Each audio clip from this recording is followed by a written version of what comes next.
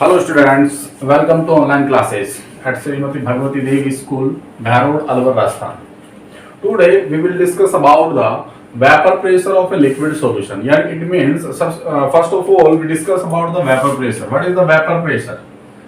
Vapour pressure explain करने से पहले मैं आप एक डायग्राम बनाते हैं और उसको हम समझते हैं कि वेपर प्रेशर क्या है। तो देखो, we have a container and in this solvent, and solvent is a liquid. Clear है? ये सॉल्वेंट है और सॉल्वेंट कैसा है? लिक्विड है। Solvent as liquid. क्लियर है? अब सॉल्यूशंस, लिक्विड सॉल्यूशंस 3 टाइप्स के हो सकते हैं। जब आप सोल्यूट ऐड करते हो, यानी सोल्यूट जब आप ऐड करोगे, सोल्यूट में भी gas, liquid and solid. Clear है? And solvent is a liquid. Liquid solution it mean solvent is a liquid, यानी जो सॉल्यूशन होता है, सॉल्यूशन की जो फेज होती है वो डिसाइड कौन करता है? सॉल्वेंट की फेज करता है। आप इसमें सोल्यूट ऐड कर रहे हो तो सबसे पहले कौन सा सोल्यूट ऐड करोगे? लिक्विड। गैस सॉल्यूशन, जो लिक्विड सॉल्यूशन में गैस इन लिक्विड सॉल्यूशंस ये अपन पढ़ चुके हैं पहले। अब जो हम पढ़ेंगे इसमें 2 टाइप्स के सॉल्यूशंस पढ़ेंगे, तो लिक्विड का और एक सॉलिड का। तो सबसे पहले हम vapour pressure of a liquid solution ये पढ़ेंगे। तो सबसे पहले इसमें 2 टाइप्स के सॉल्यूशन हो। एक तो जब आपके पास सॉल्वेंट भी क्या हो? लिक्विड हो, एंड सोल्यूट भी क्या हो? लिक्विड हो। It means liquid liquid solution, यानी vapour pressure of liquid liquid solution. Clear है? एक आप क्या पढ़ोगे? Vapour pressure of a solid liquid solution, यानी जब आपका सोल्यूट कैसा होगा? सॉलिड। 2 टाइप के। तो इसका समझने से पहले अपन क्या करते हैं, एक क्लोज कंटेनर है और ऐड क्या किया है? सॉलिड, एंड क्या है? लिक्विड है। तो लिक्विड लिक्विड सॉल्यूशंस का आप पढ़ोगे तो देखो, सॉल्वेंट भी लिक्विड है एंड सोल्यूट भी लिक्विड है। तो मान लो ये जो फेज है, ये सारे के सारे जो मॉलिक्यूल्स हैं, all molecules are a liquid phase. जैसे आप इस सॉल्यूशंस को हीट करते हो, जब आप इसको हीट करेंगे तो ये मॉलिक्यूल सारे के सारे क्या बनेंगे? वेपर। जब ये सारे के सारे मॉलिक्यूल्स वेपर बनेंगे ऑन द लिक्विड सरफेस, तो यहां भी क्लोज कंटेनर वेपर बनेगा। वेपर वापस प्रेशर लगाएगा किस पर? लिक्विड सरफेस पे। तो सबसे फर्स्ट ऑफ ऑल तो we discuss about the vapour pressure, यानी वेपर प्रेशर क्या है? द प्रेशर एक्सट्रेट, यानी एक्सट्रेट लगाता है बाय द वेपर ऑफ और the liquid when it is in equilibrium state at given temperature is called the vapour pressure. यानी जो vapour है, वेपर जो लिक्विड की सरफेस पे जो प्रेशर लगाता है उसी को हम बोलते हैं वेपर प्रेशर। क्लियर है? वेपर का लिक्विड सरफेस पर जो प्रेशर लगता है उसी को हम क्या बोलते हैं? Vapour pressure. अब वेपर प्रेशर है तो हम 2 टाइप्स के सॉल्यूशंस पढ़ रहे हैं। जब आपका सॉल्वेंट भी लिक्विड हो एंड सोल्यूट भी क्या हो? लिक्विड हो। तो देखो, जब सॉल्वेंट और solute both are liquid, then the vapour क्या होगी? ज्यादा बनेगी। जब सॉलिड होगा तो सॉलिड का सरफेस मान लो इतना होगा और ये लिक्विड है, ये लिक्विड है। तो इट मीन सबसे पहले एक बात बताओ, जब लिक्विड होगा तो लिक्विड है उसका वेपर ज्यादा होगा, तो वेपर सिर्फ इतना होगा, इसका सरफेस इतना, इसका सरफेस इतना।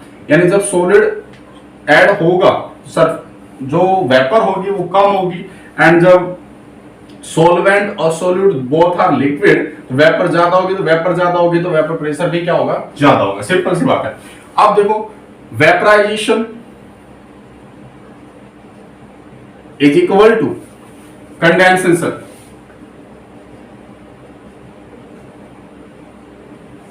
जब वेपर और यानी एक वेपराइजेशन और कंडेंसेशन की जब इक्वल हो जाते हैं इन द सॉल्यूशन, इक्विलिब्रियम में आ जाता है, तो उस को क्या बोलते हैं हम? Vapour pressure. क्लियर है? तो vapour pressure of liquid solution पढ़ रहे हैं हम, तो सबसे पहले first of all vapour pressure of liquid solution हम पढ़ेंगे। इस लिक्विड सॉल्यूशन में सबसे पहले एक राउल्ट लॉ आता है। तो देखो राउल्ट ने क्या बताया, राउल्ट लॉ ये कहता है कि according to Raoult law the partial vapour pressure of a volatile component, volatile component का मतलब होता है जिसका वेपर जल्दी बन जाए, यानी लिक्विड कब होता है, तो वोलाटाइल के लिए यानी जिसका वाष्प, अगर सॉलिड है तो नॉन वोलाटाइल हो जाएगा, अगर लिक्विड है तो क्या हो जाएगा, वोलाटाइल हो जाएगा। तो Raoult law for volatile solution, it means आपके सॉल्यूशंस के अंदर सॉल्वेंट और solid both are liquid. Clear है? तो राउल्ट लॉ ये कहता है, according to Raoult law the partial pressure of a volatile component it directly proportional to it mole fraction in the solution. It means अगर आपके पास ये solution है, it means समझना इसको, अगर आपके पास ये सॉल्यूशन है, इस सॉल्यूशंस में आपके पास टू कंपोनेंट्स हैं, फर्स्ट एंड सेकंड। फर्स्ट जो होता है वो मान लो सपोज करो सॉल्वेंट है एंड सेकंड सोल्यूट है। क्लियर है? First is solvent and second is solute, and solute कैसा है, volatile, it means liquid phase में।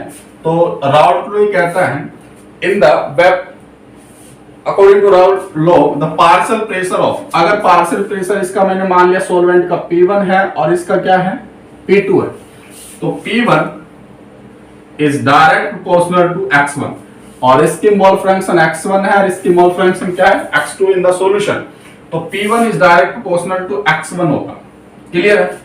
और प्रोपोर्शनल टू को हटाओगे तो कोई ना कोई कांस्टेंट आ जाएगा और मैं कांस्टेंट लेकर आया P01 dot X1 and this equation is first. अब इन द सॉल्यूशन वोलाटाइल है तो वोलाटाइल होगा तो उसका भी वेपर प्रेशर कुछ ना कुछ होगा, तो उसको हम क्या लिख सकते हैं, P2 is direct proportional to X2 क्योंकि वो भी वोलाटाइल है, तो P2 is P2 naught 2 dot X2 and this equation is first. Clear है? यानी according to Raoult law the partial pressure of the volatile component is direct proportional to their mole fraction. तो P1 भी volatile है, direct proportional to इसकी mole fraction क्या है X1 है, and P2 भी वोलाटाइल है and their mole fraction is X2।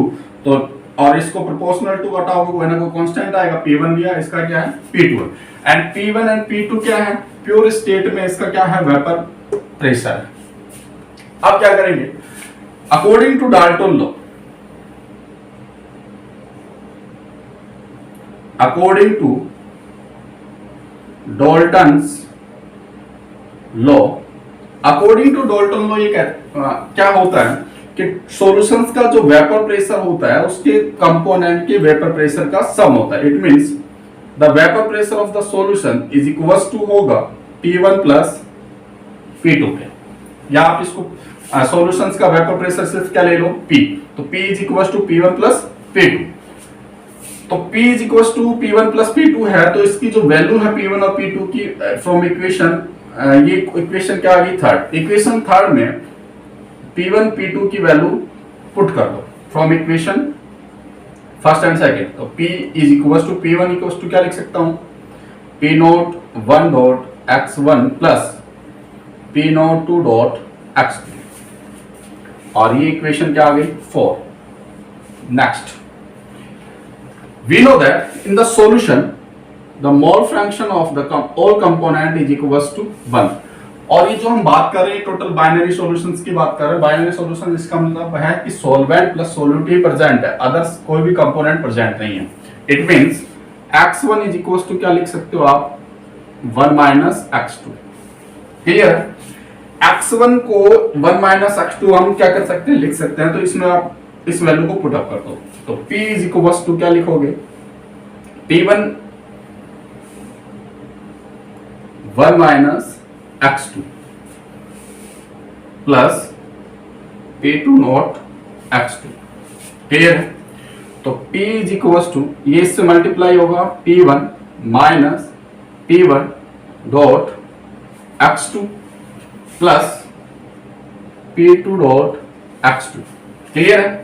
तो P is equals to P1, मैं इसको प्लस का ले लेता हूं, P naught 2 dot X2 minus P1 dot x2। Clear है? तो P इज इक्वल टू क्या लिखोगे, P1 प्लस x2 कॉमन हो जाएगा यहां से, तो x2 P2 minus P1 not, and this equation, इस इक्वेशन से हम vapour pressure of liquid liquid solution calculate कर सकते हैं। क्लियर है? तो P1 plus x2 P note minus P1। अब इसमें सिंपल से वो है क्या है कि इसमें जो मोल यानी जो वेपर प्रेशर होगा वो ज्यादा है किसका, P2 का इज ग्रेटर देन किससे, P1, यानी it means x2 is greater than क्या है, x1। क्लियर? अब हम इसमें प्लॉट करेंगे ग्राफ को। तो देखो, जब ग्राफ आप प्लॉट करोगे इसमें, in between the vapour pressure of the solution, we plot the graph. तो इस साइड तो क्या है, Vp से मैं डिनोट कर रहा हूं vapour pressure of the solution, and इस साइड क्या है, मोल फ्रैक्शन।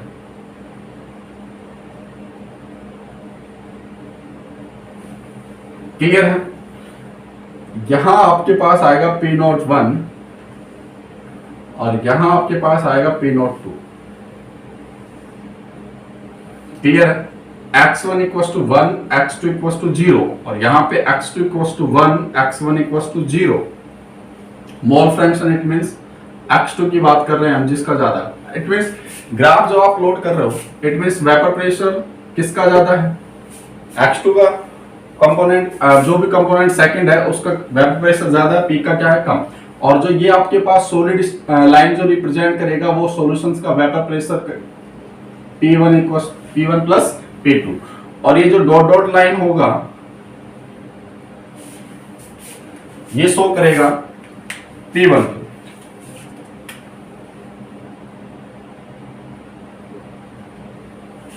क्लियर है? तो यहां पे आप क्या लिख सकते हो कि P1 is equal to P naught 1 dot x1, and here P naught 2 dot x2 is equal to P2। ये ग्राफ प्लॉट हुआ, और P1 और P2 इसके in between, P1 and P2 के जो मिडल में होगा वो किसका होगा, सॉल्यूशंस का वेपर प्रेशर। क्लियर है? क्योंकि ये जो इक्वेशन है ये क्या है, y is equal to m dot x plus c। c जो है वो आपको किसको रिप्रेजेंट करेगा, इंटरसेप्ट को। m जो होता है वो स्लोप होता है, और x जो होता है वो x एक्सिस पे होता है, y जो होता है वो y एक्सिस पे होता है। क्लियर है? तो ये ग्राफ प्लॉट होगा इसमें। नेक्स्ट जो हम पढ़ेंगे वो पढ़ेंगे vapour pressure of solid liquid solution. Clear? Next जो अब ये जो लिक्विड लिक्विड सॉल्यूशंस का जो वेपर प्रेशर होगा वो इस इक्वेशन से हम कैलकुलेट करेंगे। अब vapour pressure of the solid liquid solution हम प्लॉट करेंगे।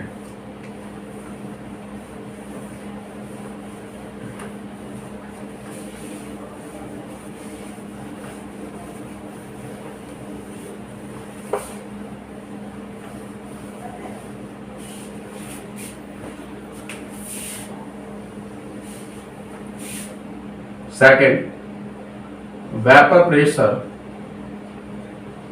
of solid liquid solution. Solid it means non volatile solute है। आप इसको एक्सप्लेन करने का मतलब क्या है कि अपने पास एक सॉल्यूशन है,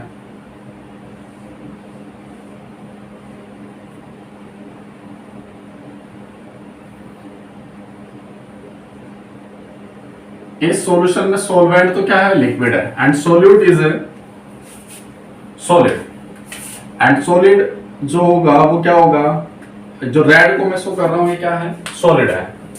क्लियर है? एंड ये क्या है, लिक्विड, एंड इसका कैलकुलेट हमें प्रेशर, सॉल्यूशन का वेपर प्रेशर हमें कैलकुलेट करना है।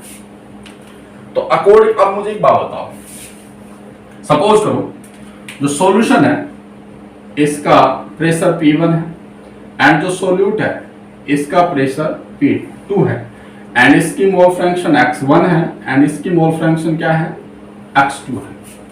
तो मैं यहां पे लिख सकता हूं according to Raoult law, according to Raoult law, clear है, प्रेशर ऑफ द सॉल्यूशन, इन्वेक्टर pressure of the solution only और डिपेंड करेगा किस पे, mole fraction of the solvent sorry x1 पे, क्लियर। प्रोपोर्शनल टू घटाओ कोई ना कोई कांस्टेंट आएगा P not 1 dot x, clear. और we know that x1 plus x2 is equals to 1 and x1 equals to 1 minus x2 and this equation is first. x1 जो value है उसको put in the equation first, then we write the equation first is p is equals to p naught 1 minus x2, clear है। तो ये equation आगे calculate होगी। ये equation जो आप कैलकुलेट कर रहे हो वो किसके लिए है, नॉन वोलाइटल सॉल्यूट, यानी ये जो हम पढ़ रहे हो क्या है, Raoult law for non volatile solution, clear. अब इसको आप कैलकुलेट करोगे तो P इज इक्वल टू क्या लिख सकते हो, P not minus P not 1 dot x2, clear है। इसको इस साइड लेके आओगे तो P1 dot x2 equals to P minus P not और here x2 is equals to P minus P not upon P1। x2 क्या है, mole fraction of solute,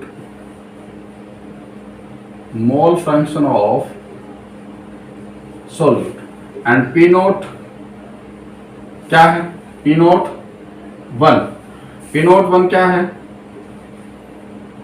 vapour pressure